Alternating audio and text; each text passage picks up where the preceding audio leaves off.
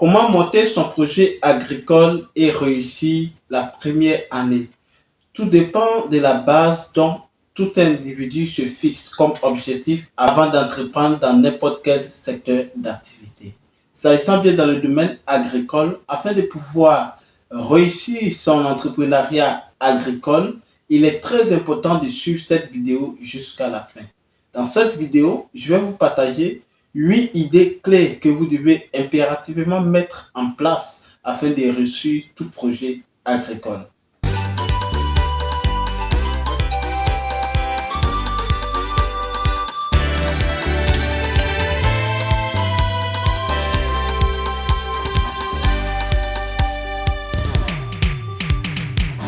Salut à tous, bienvenue sur cette chaîne Entrepreneuriat sans frontières. Pour vous qui ne me connaissez pas, je suis Kwame Ferdinand et je suis agripreneur, négociant des matières premières spécialisé dans les cultures pérennes telles que le cacao, les noix de cajou, les palmiers à huile.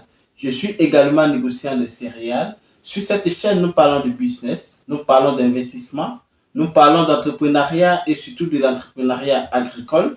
Nous plongeons également au cœur des paysans, producteurs de matières premières, afin de montrer leur quotidien, partager leurs cris de cœur et opter pour une solution rapide et efficace dans le but de contribuer au développement rural en apportant notre expertise favorable à leur réussite, tout en se servant de mise en relation entre producteurs et acheteurs sur les marchés nationaux et internationaux.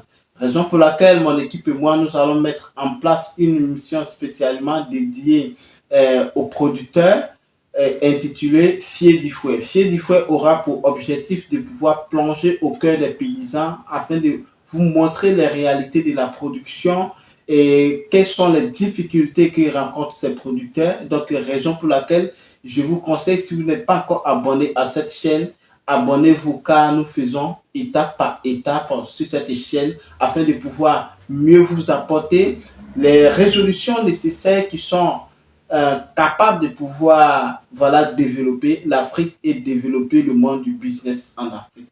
Nous mettons en avance également sur cette chaîne sur l'éducation entrepreneuriale christocentrique sans tabou. Donc, si vous êtes en quête d'informations judicieuses, capitales pour le développement de vos business, soyez donc les bienvenus car cette chaîne est faite spécialement pour vous.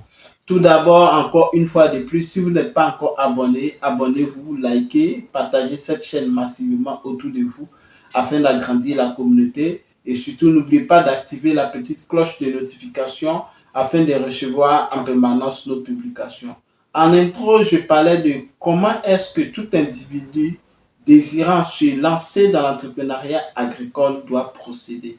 Comme je disais, cette vidéo va se répartir en 8 idées. 8 idées capitales qui vont vous permettre à toi, jeune entrepreneur, à toi qui t'apprêtes même à te lancer dans l'entrepreneuriat ou toi-même tu es déjà dans l'entrepreneuriat, mais tu vois que ça est en train de bloquer, ça n'avance pas comme tu le souhaites. Cette vidéo, je vais te demander de rester jusqu'à la fin.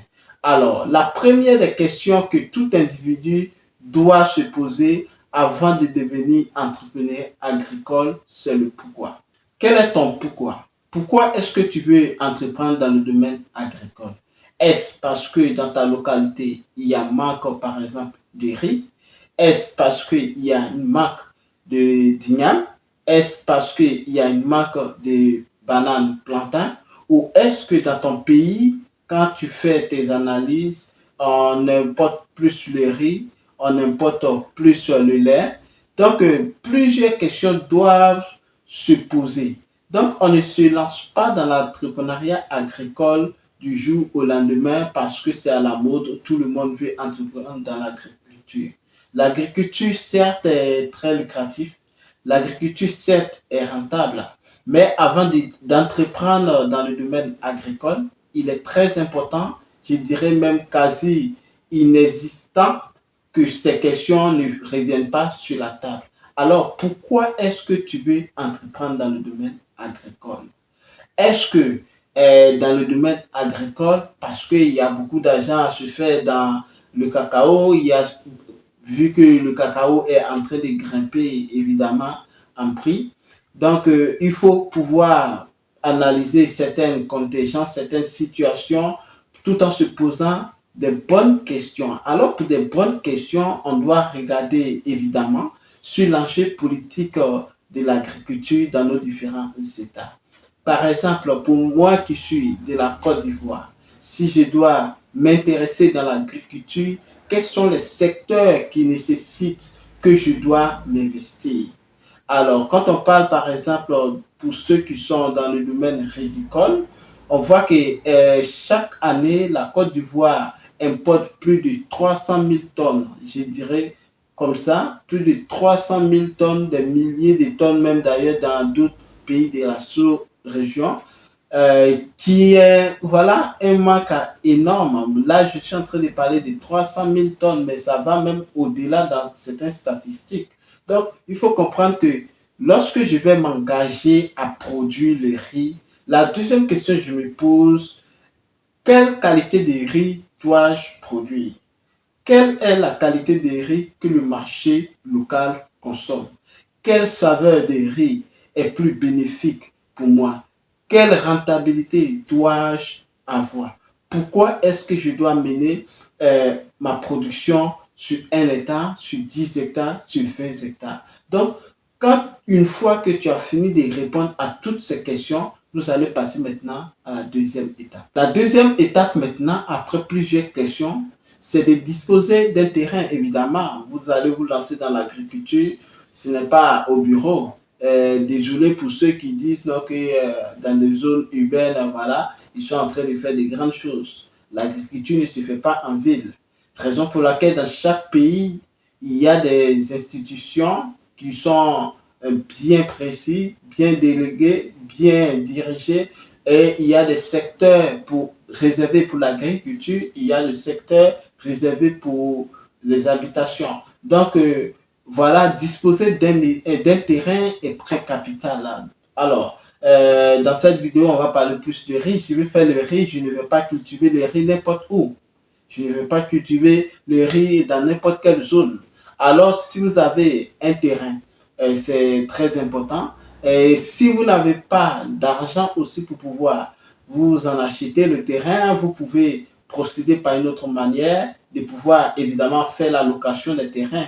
Il y en a quasiment presque partout en Afrique.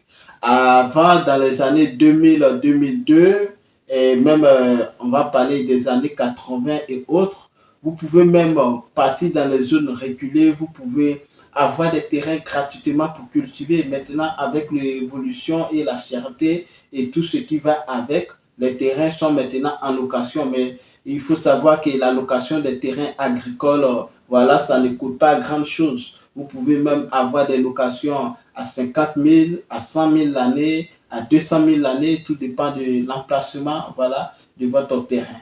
Une fois que vous avez voilà, acquérir votre terrain ou louer votre terrain. La troisième chose qu'il faut faire, c'est s'informer. S'informer sur quoi? S'informer par rapport à quoi?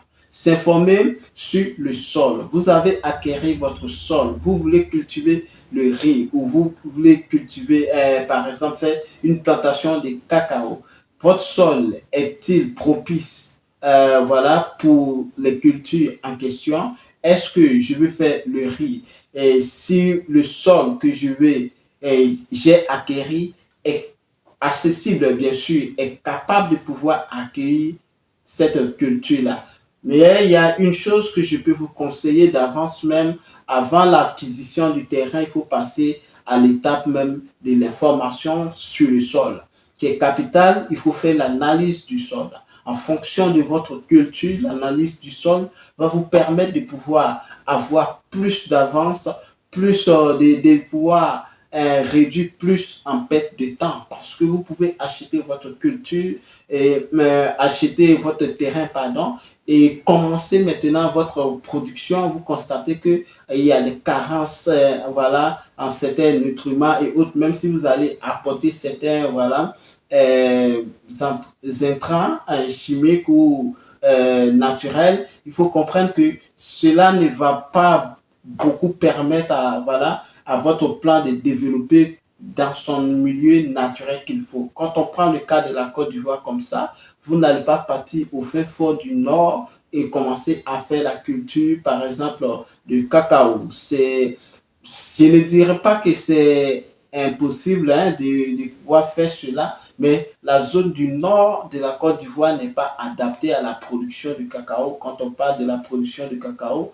Et même il y a certaines zones au centre qui ne sont pas adaptées réellement. Je vois sur certains sites où on vend des terrains agricoles qu'on peut cultiver, voilà, le cacao, on peut cultiver ce genre de culture pérenne. Mais il y a certaines zones qui ne sont pas adaptées. Par contre, quand on descend plus au sud de la zone du Nawa, de la zone du bas Sassandra, voilà, et du haut Sassandra, on constate que voilà, ces zones-là sont très propices pour la production du cacao. Donc, on ne peut pas partir, voilà, dans chaque pays comme ça, acheter un terrain parce que j'ai l'objectif de pouvoir faire la culture du cacao, c'est seulement ça. Non, il faut analyser votre sol et connaître réellement avec les analyses, vous saurez quelle culture il faut mettre sur ces sols-là. Si je dois mettre notre culture phare qui est le cacao,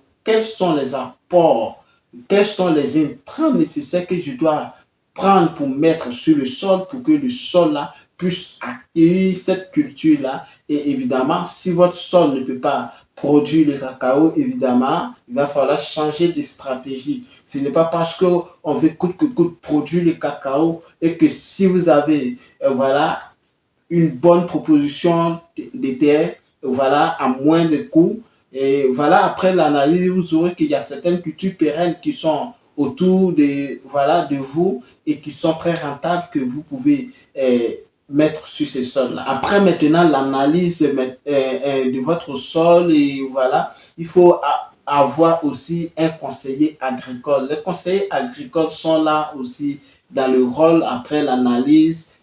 C'est vrai, les institutions qui font l'analyse du sol ne sont pas forcément experts voilà, pour les cultures agricoles. Eux, ils peuvent vous donner des informations, voilà, telle culture on peut mettre dessus. Mais le conseiller agricole, comme j'avais dit, saura mieux vous orienter voilà, vers quelle culture adaptée sur ce sol-là. Et quatrième point qu'il faut mettre en place afin de réussir son projet agricole, c'est évidemment de faire l'étude de marché. Ce n'est plus à présenter. Tu veux vendre de la banane, on entend sur les réseaux sociaux, il faut faire l'étude de marché. L'étude de marché, c'est quoi au juste? L'étude de marché consiste à savoir si votre marché peut consommer votre production.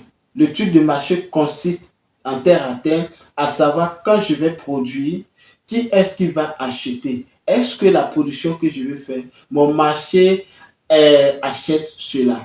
Vous ne pouvez pas partir, par exemple, produire des lignames et pour dire non, que l'Européen de souche pure va accepter cela à 100% pour consommer. Donc, vous produisez des lignames, vous savez qu'autour de vous, il y a des personnes qui consomment l'igname et vous pouvez facilement vendre cela. Pour ceux qui sont dans le domaine de la vision pour pouvoir exporter les matières premières agricoles, par exemple, je me lance dans la production de cacao. Et cet exemple, je ne veux pas prendre peut-être la production de cacao et je ferai d'ailleurs une vidéo sur les cultures clés que vous pouvez mettre en place sans faire des études de marché et que ces cultures-là, vous allez réussir à écouler, peu importe le nombre, peu importe la quantité. On va prendre par exemple, quel exemple là? On va prendre par exemple la banane. La banane qui est la banane plantain, évidemment, qui fait partie des cultures aussi très périssables d'ailleurs. Une fois que vous êtes en production et que vous n'arrivez pas à écouler ces bananes-là, commence à pourrir et voir, vous pouvez perdre vos récoltes. Donc, dans ce cas-là, sur l'étude de marché, je vais viser les marchés clés qui peuvent facilement acheter la banane. Ou, en d'autres termes, si votre marché local ne peut pas absorber toute votre production, tu peux maintenant encore réfléchir à comment est-ce que tu peux transformer ta production afin d'exporter cela. Donc, sur l'étude de marché, on peut voir le marché local en premier et le marché de l'international. Donc, voilà, il y a plusieurs choses qui rentrent en compte sur l'étude de marché. Donc, dites-moi en commentaire, je ferai aussi prochainement une vidéo sur comment mener une étude de marché perspicace et efficace. Donc, nous avons fini avec la quatrième étape. Nous allons plonger dans la cinquième étape pour pouvoir réussir son projet agricole. Alors, comme cinquième point qui est très capital, je dirais même la mère de tous les projets, c'est l'investissement. Quel est le coût de l'investissement de mon projet? Je vais faire une production sur 5 hectares. Quel sera le coût de l'investissement? Alors, donc, pour cela, raison pour laquelle il est très important de pouvoir se tourner vers les experts, vers les conseillers agricoles, souvent qui maîtrisent cela et qui peuvent mieux vous orienter dessus, ou simplement dans le coût d'investissement, on parle de business plan. Quel est le business plan de ton projet? Raison pour laquelle il est très important, même si vous voulez cultiver ne serait-ce que le gombo sur 500 mètres carrés, sur 1 million, il faut faire un business plan. Cela ne veut pas dire non, que voilà, ces facteurs que vous avez mis dans le business plan correspondent exactement au marché local. Vous pouvez faire un business plan, par exemple, vous qui êtes à la diaspora ici, nous sommes toujours en défaillance avec les réalités et avec le coût même de nos différents marchés. Même ceux-mêmes qui sont au pays, lorsqu'ils font un business plan, ils vont au marché, ils arrivent, ils constatent qu'à moins de 2 heures, à moins de 1 jour, les prix ont complètement changé. Donc, maîtriser le coût de l'investissement approximatif. Voilà, je vais dire non que, par exemple, c'est le coût de l'investissement. Si vous savez que sur 1 hectare, vous devez dépenser 10 millions, vous pouvez monter à 12 millions. C'est-à-dire 12 millions, les 2 millions de marge peuvent être au cas où. Donc, voilà, l'estimation du coût de l'investissement est voilà, un prix où vous pouvez mettre toujours un peu de plus. Alors, vous connaissez déjà votre projet, vous savez combien est-ce qu'il faut investir. Il faut en sixième position le fonds propre. Le fonds propre, c'est quoi? C'est le fonds de déroulement. Est-ce que si je dois produire voilà, sur 10 hectares qui me nécessitent 100 millions de francs CFA, est-ce que j'ai ces fonds-là sur moi? Est-ce que j'ai la capacité de pouvoir décaisser 100 millions pour entrer en production de la culture du cacao, par exemple, ou de poivre, par exemple? Si je n'ai pas ces fonds, personnellement, je peux me tourner vers d'autres organismes qui vont nécessiter évidemment voilà, votre business plan.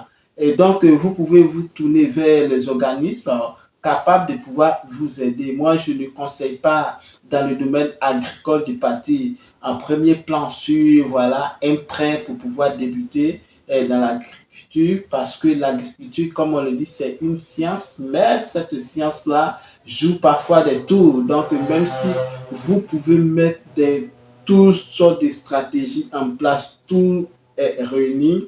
Je connais un monsieur qui d'ailleurs m'expliquait, il était, voilà, le monsieur c'est un ingénieur agronome et un conseiller agricole bien sûr, et qui travaillait à l'époque pour l'ANADER en Côte d'Ivoire, vous pouvez connaître cela.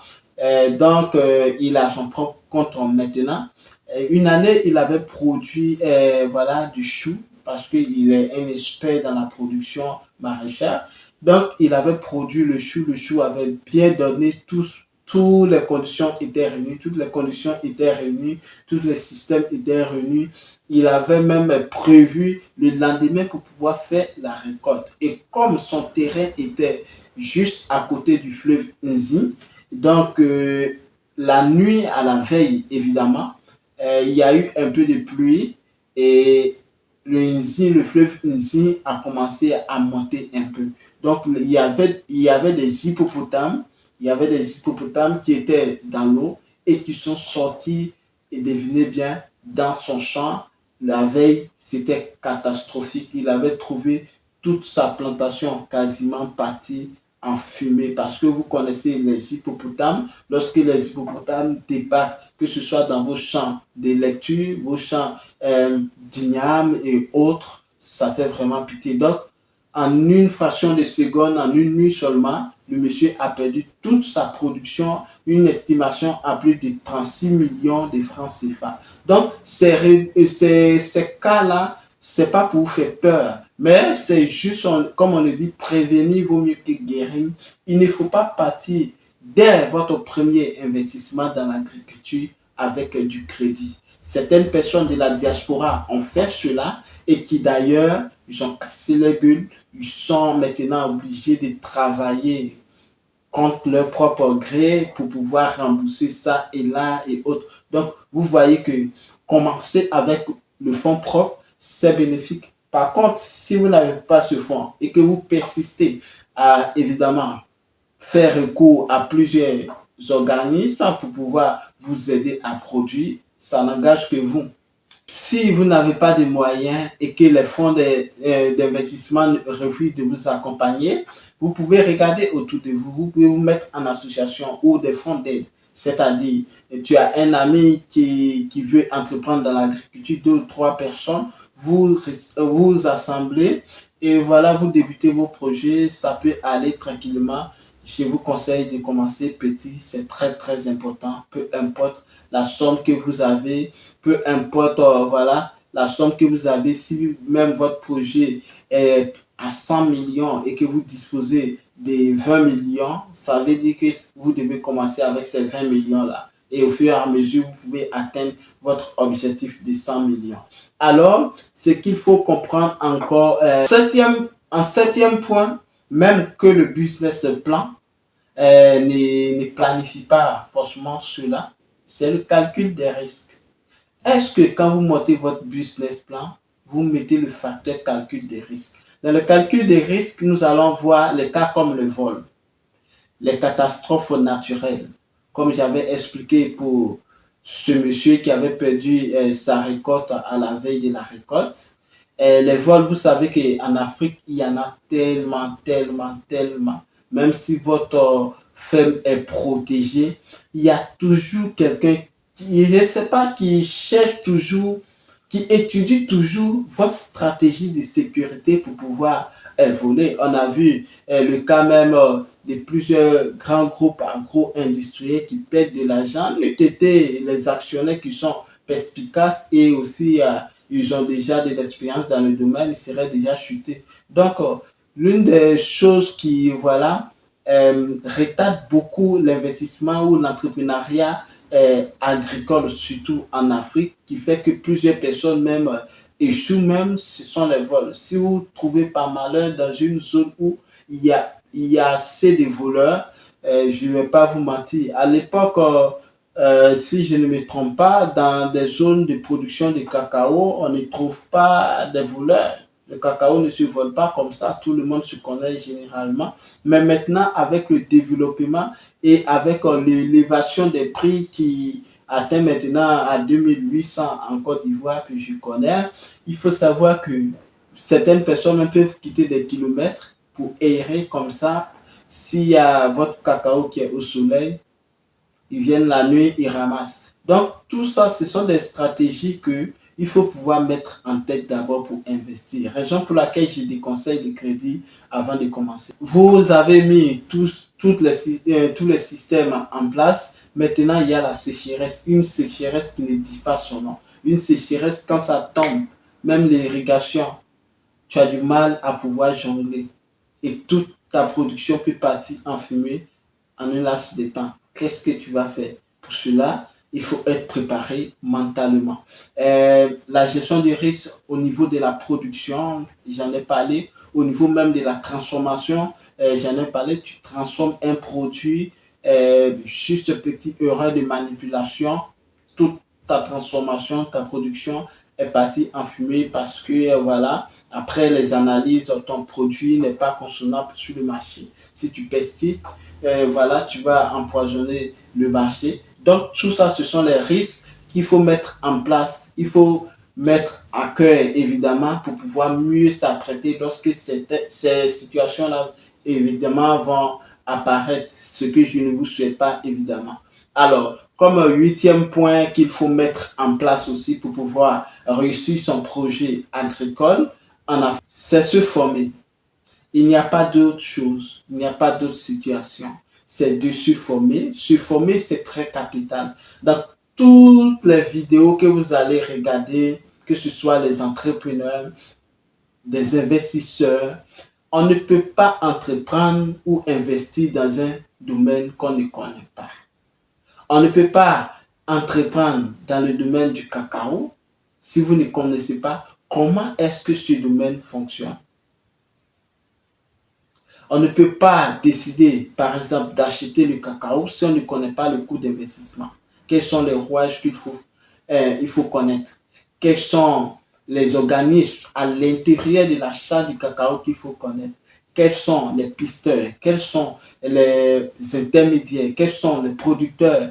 Où est-ce que je peux avoir les producteurs? Où est-ce que je peux avoir les pisteurs? Où est-ce que je peux avoir même les démarcheurs? Donc, ce sont des choses qu'il faut maîtriser dans une formation. Évidemment, dans le domaine du cacao, je suis en train de m'apprêter afin de pouvoir mettre en place des systèmes clés pour pouvoir vous permettre de pouvoir voilà, avoir une bonne base pour toi qui veux te lancer dans le domaine de la production du cacao ou de l'achat du cacao.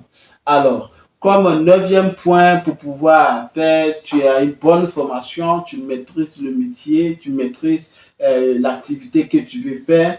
Ce que je peux te conseiller ici, commencer petit. Commencer petit va vous permettre de pouvoir acquérir d'expérience. Avoir le minimum d'expérience avant de pouvoir lancer son projet à long terme. Par exemple, si vous voulez vous lancer dans la production d'escargots, évidemment à une production mensuelle de 10 tonnes, il faut commencer à connaître comment est-ce que vous pouvez négocier avec une tonne ou avec 500 ou avec 600 kilos. Donc, commencez petit dans tous les projets. C'est vrai bien, c'est bien beau. On voit maintenant sur les réseaux sociaux telle personne brasse des milliards de francs CFA, des milliards de dollars comme chiffre d'affaires chaque année. Mais la majorité de toutes ces personnes que nous le voyons sur ces différents réseaux-là ont toujours commencé petit. Donc, je sais que ça vous brûle d'envie. Vous avez peut-être même les moyens de pouvoir commencer votre business avec peut-être 100 millions, mais vous pouvez, je peux dire, tester avec 10 millions. Un an après, vous pouvez voilà, commencer à entamer ce dont vous pouvez faire parce qu'un an, vous avez au moins le minimum de connaissances dans l'activité. Alors, pour terminer, comme 10e point, pour pouvoir maîtriser son environnement agricole, pour pouvoir mieux comprendre ce milieu-là, pour pouvoir investir et réussir dans le domaine agricole, c'est de vous faire des associés ou des main-d'œuvre.